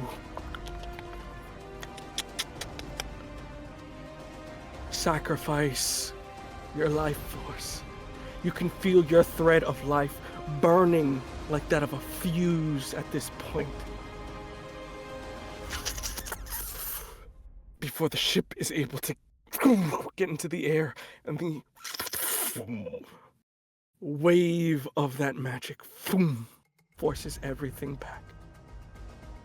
As you get onto the ship, so much so that as you fall on the ground, you don't hear a thud, you hear the thud of almost metal hitting metal.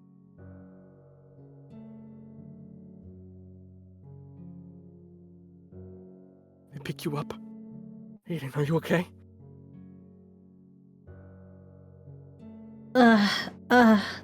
Then Omera, like, tries to get up and has trouble doing so. Is everybody on board? Yeah. Yeah, everybody's on board. You see one of the sailors coming down. Captain, we have a message on board. Somebody's trying to patch through. For the God Killer. Who is it? Titus. Okay. And I think Omera will, like, have the people that are around her, like, help them, get up. Aiden and Azul pick you up. Yeah. Are you sure? We have to know what the hell just happened.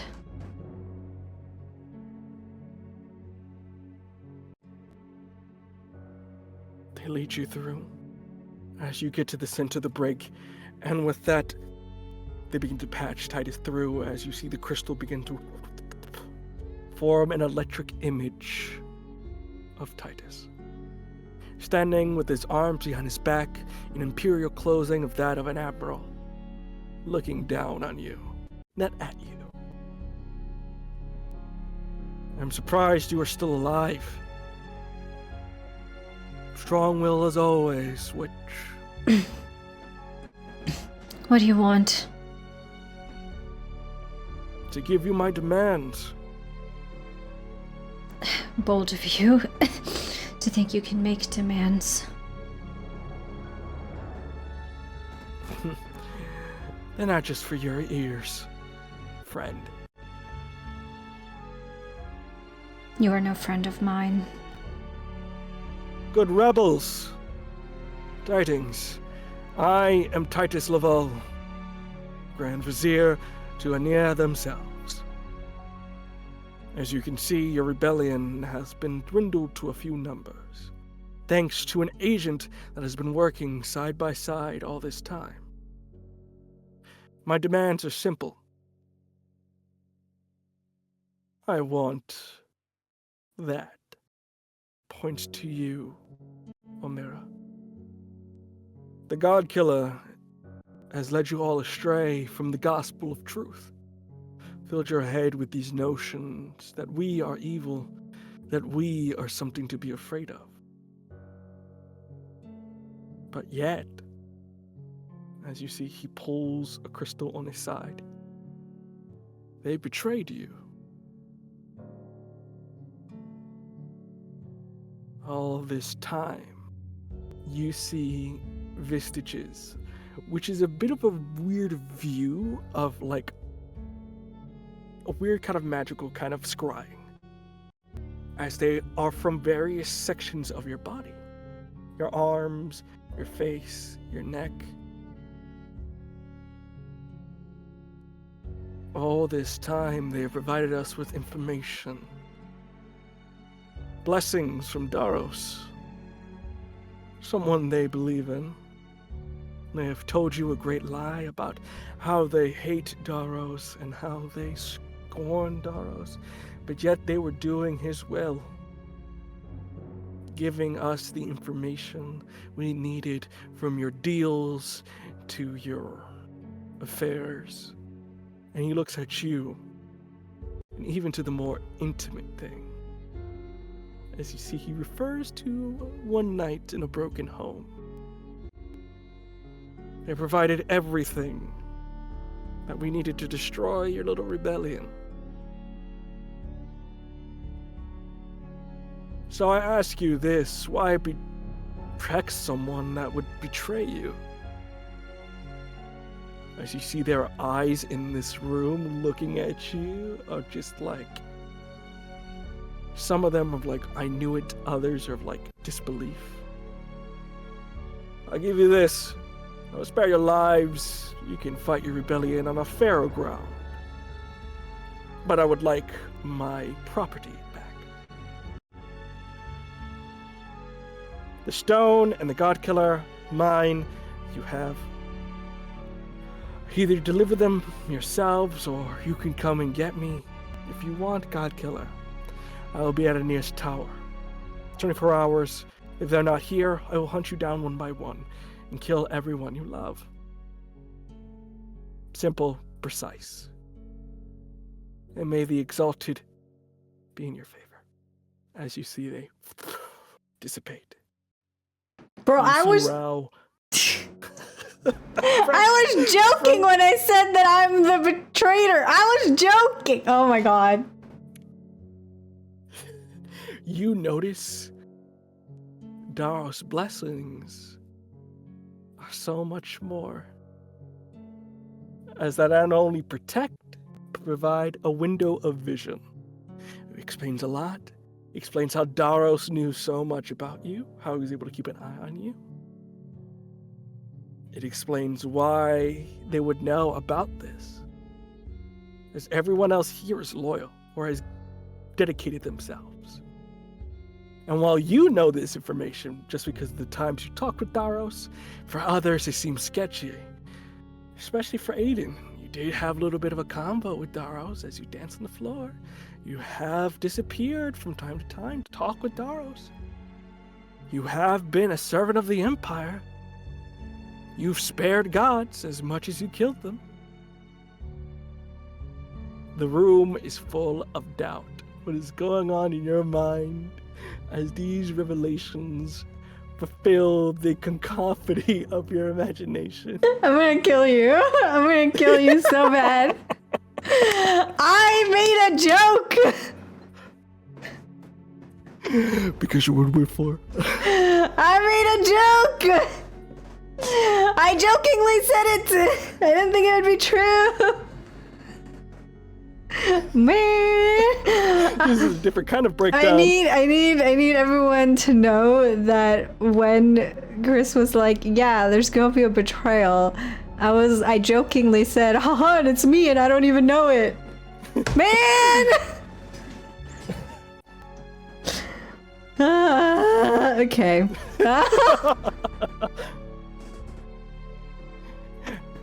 Try me.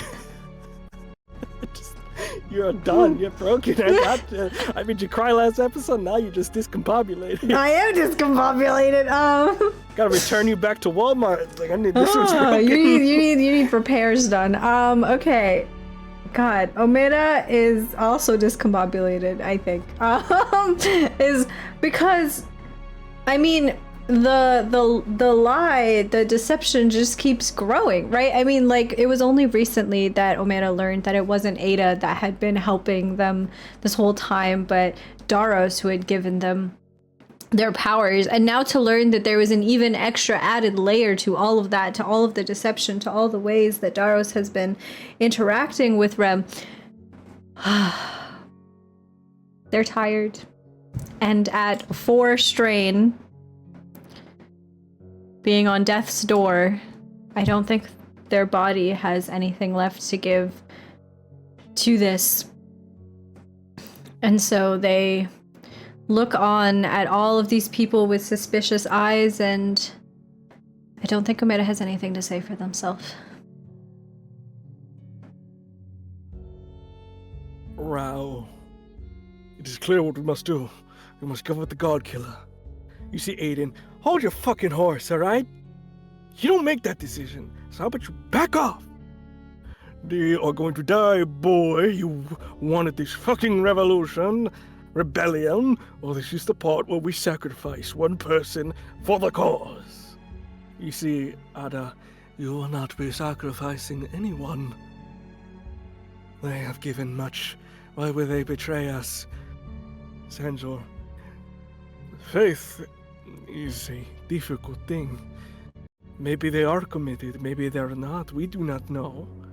We do know they have talked with this god. Clearly they have a blessing. They would know about it, yet we didn't know about it. Not once were we told about this blessing from Daros.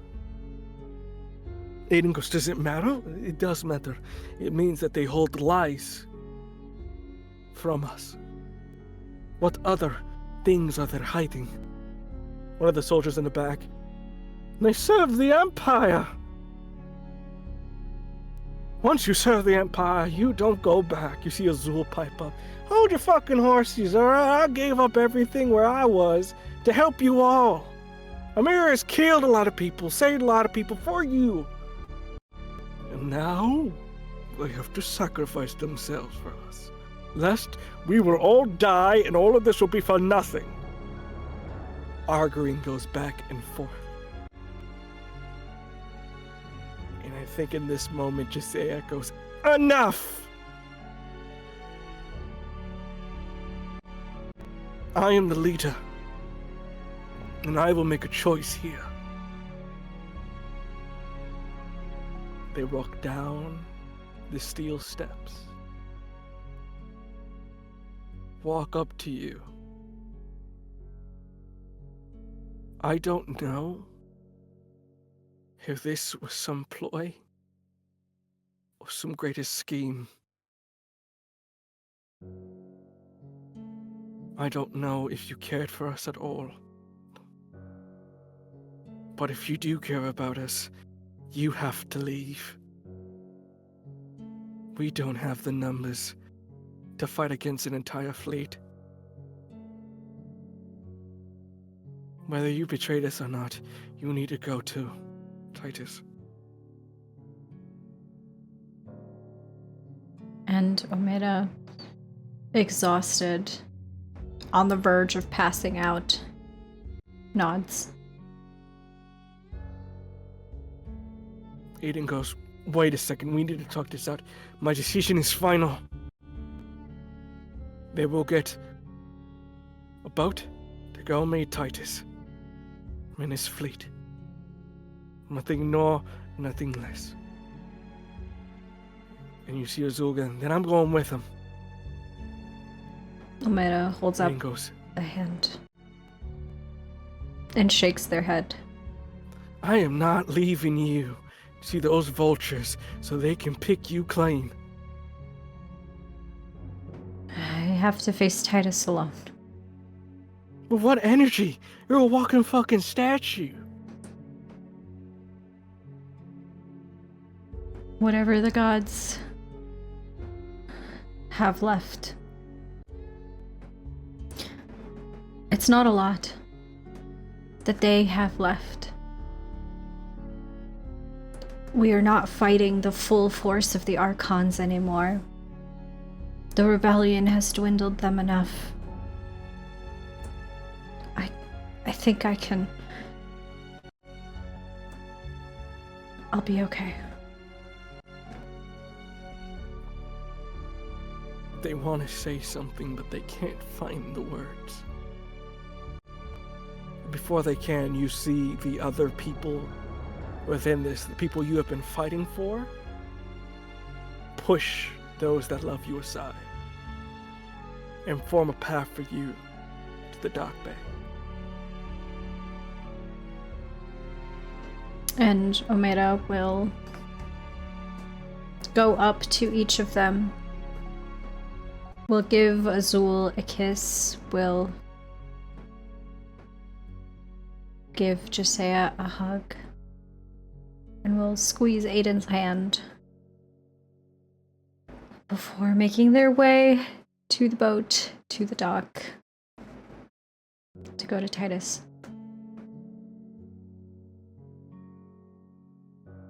For expediency's sake,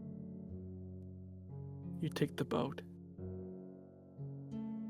and surrender yourself as the Empire soldiers lay you at the feet of the Imperial brig. Titus, looking as fit as a fiddle, in his throne that he's fashioned for himself.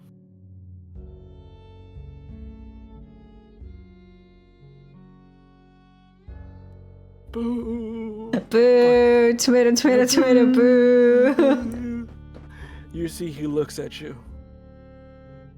You have had quite the story, haven't we?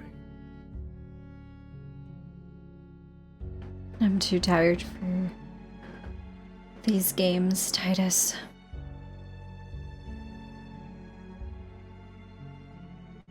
Did you really think you could win? to match my knowledge, my years of planning, with a couple of herbs and love. No. Did not intend to win alone. Whatever you do to me, it doesn't matter, Titus. That's the thing that you don't understand. I am one person. There are hundreds, thousands of people part of this rebellion. This is an idea. And it's an idea you can't kill by killing me. He gets up from his throne. Kill you? No, no, no. Killing you would be the mercy. You're a raging fountain of power. I will drain your body of all the divine magic, fate, and power you stole from me. It will return to its rightful owner, and then all of those hundreds of thousands of rebels will die in volcanoes, tsunamis, earthquakes formed by a new god. You can have all the little mortal followers in the world, but it is nothing compared to a god. You think you would have learned that by now? You entitled ass. None of this power is yours. Don't you get that yet? It was always mine. He takes out your shawl, rips it from your back. He pulls his thread, which originally is this golden, but you see it is extended for infinity with this hard stone-like purple that extends and extends, and pulls your short, thinky little threads that are still alive. I am destined forever. Infinity. You are nothing but the lint off of Destiny's back, a mistake. You are part of my story, not yours.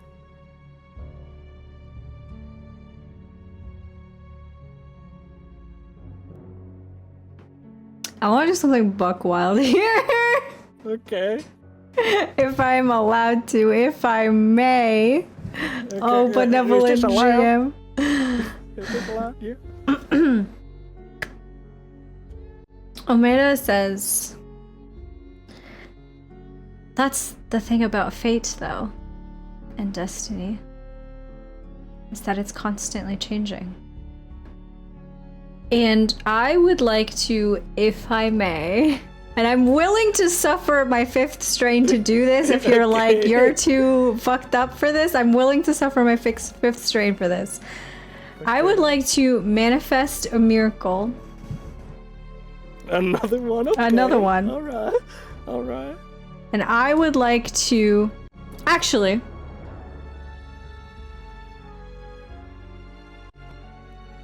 Yeah, no, I'm gonna do this. Okay.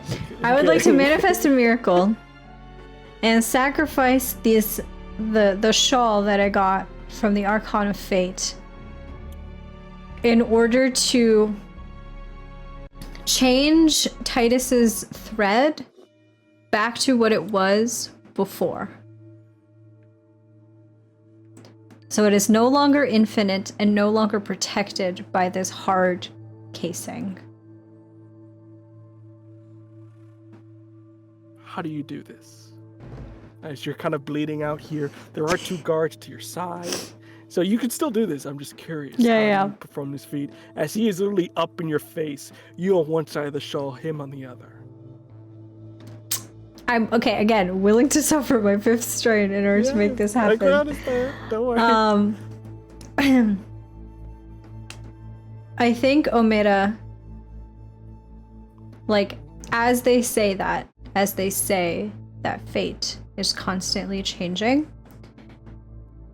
They muster all of the energy that they have left, which is not a lot, but they push themselves in order to like lunge forward, and with their hand, I think like grab onto Titus's thread, the one that he like has up, right, held up, this infinite thread, and grab onto it, and they pour all of the remnants of their divine magic that they have left, which honestly at this point feels like a poison, feels like a curse unto itself.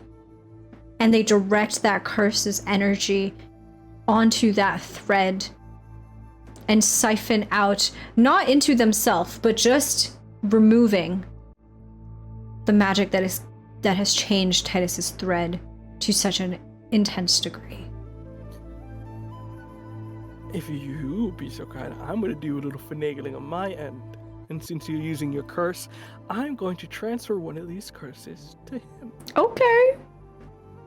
As you pour into it, sacrificing the shawl, the curse of thou shalt not be free of oblivion's grasp on your soul transfers into his thread as he sees the impossible happen.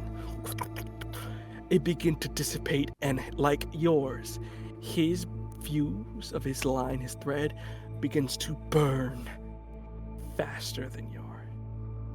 He looks at you. What have you done? Shown you the truth. You see, he throws the shawl to the side as you see he begins to catch onto flames. Using his knee, getting up, hits you upside the head with it, and very much Omni-Man beats the living shit out of you as you go to your 5th strain here. I explode and die. No, I'm kidding. Yeah. Ah! I mean, it works. I got him. Okay. 2d6. Please, dear God. Okay. What did you get? I got an 11. Got an 11.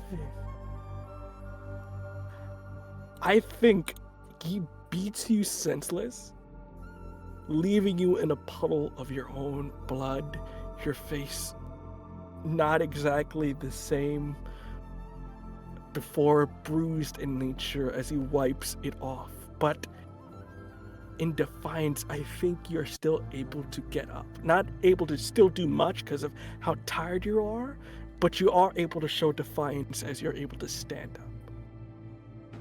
So, this also says that I get to clear all strain. For the purposes, he's clear strain, yes, but you are still kind of very tired. Gotcha. I just want to, double check that. And I think the way that this manifests is Omera starts to get up, and their body surges with this divine energy. And it is this dark energy at the same time, and Omera is bleeding rapidly at this point. From different orifices that you can see, their ears are bleeding, their eyes are bleeding. There is a little bit of blood that comes out of their mouth as they talk. And at the same time, you can see this like dark aura come over Omera. And it is not dark as in evil, but dark as in a cloud cover, dark as in the nighttime, dark as in that necessary other side, that shadow to everything that is illuminating and bright in this world. It is all of the hard, painful things in life. It is all of the difficult decisions that we have ever had to made manifest in this divine energy. And as Omera stands up, their full height, 6'3", their hair wild, and they look down at Titus. And they say, I was wrong. I was wrong to think that I could or even should be a god. I am not the god of death. And neither are you. This world is not fit for gods. And you will see that. Not because I show it to you, but because they will show it to you.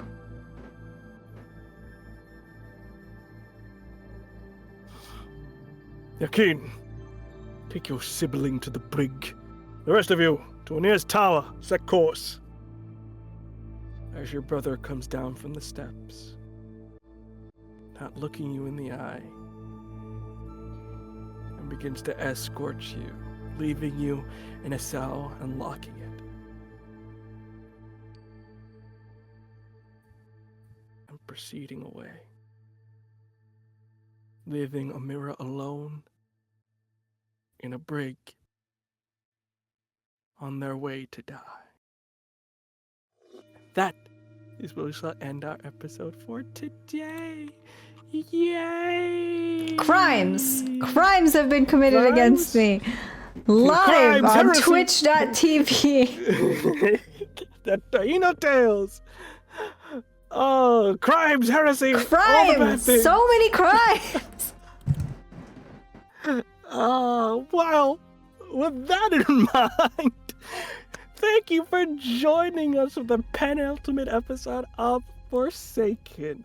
With that in mind, because I'm a kind person, God Killer, your sweet, sweet plugs and where people can find them as we do our outros here.